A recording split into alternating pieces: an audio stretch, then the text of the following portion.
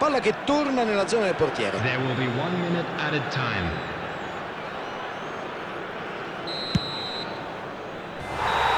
È tutto. L'arbitro dice che può bastare e fischia la fine della gara. E i nomi dei vincitori sono stati incisi sulla coppa. Ora godiamoci la cerimonia di premiazione. Un momento incredibile per tutta la squadra, ma soprattutto per i tifosi, che non hanno mai abbandonato i loro beniamini, anche nei momenti più difficili. Ecco i protagonisti di questa grande impresa che si godono la cerimonia di premiazione e raccolgono la meritata ovazione del pubblico. I giocatori, lo staff tecnico, la dirigenza, sono loro i campioni.